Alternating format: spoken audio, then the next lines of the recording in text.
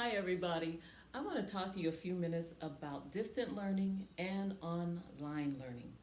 I'm sitting next here to a Christmas tree, or should I say standing, and it's outdated, isn't it? It's February. It should be gone, but it's not. However, education has taken a great turn, and technology has brought us to some wonderful, wonderful places. Distant learning and online learning have a little similarity because they both need technology. Do you remember the old days? Well, some of you that were not born in the 60s may not remember, like I do, when distant learning really consisted of correspondence school. That was done through snail mail. And snail mail was through the mail, and they would write, and you would write back, and this is how they would exchange materials. Well, we have the internet today. And so distant learning today is a little different than online in that it still does a little bit of snail mail sometime, but most of it is done through webinars, videos, sometimes emails, chat rooms, things like that. The individual gets to remain very individual. Through webcams and things like that, they can see classes and do their work through the internet. They can get work and materials and things like that, but they do not have a classroom. Okay?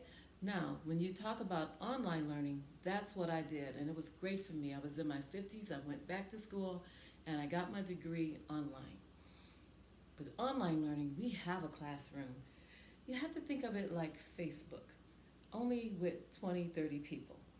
And there you have your classroom, you have your teacher, you have to communicate with one another, and it's just great.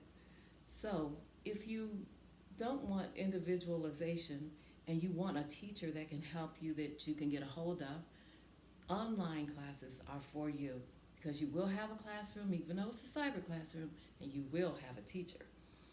I have a lot of people say to me, "I want to have a teacher." Well, that's what you would have with online.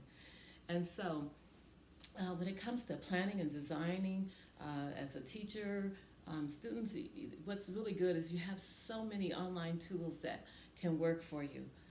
You have these Web 2.0 tools like Live Binders that you can use like binders, but they're cyber binders, and they take away a lot of that paperwork and things.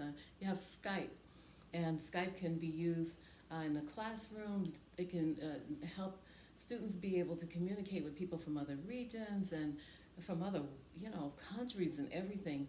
And those are just a tiny bit of what you have with Web 2.0. Just Google it, you'll find there's just so many things that are helpful.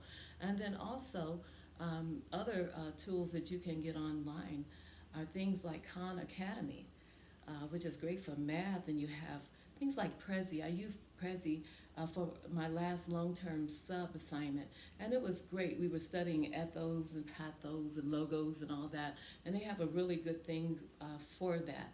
And so there's so many things that you can do online. It has come a long way. The old way of doing school is certainly outdated as this tree is, but you can do so much online today. And let me tell you, you learn very well. So I would encourage you to go and do a little research and see what you can find out about online learning. What would work for you, distant learning or online learning? And then there are some people who just want a traditional class. But check this out, even in traditional class, they still use a lot of online tools. A lot of papers are handed in online instead of you printing it out and handing it to the teacher. Some homework assignments and even tests are sometimes taken online. So there's just a lot to this today. So just check out and see where education is going.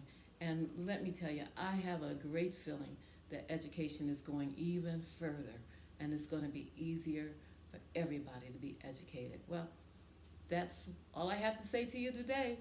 You have an awesome, wonderful day. Hope to see you again. Bye bye.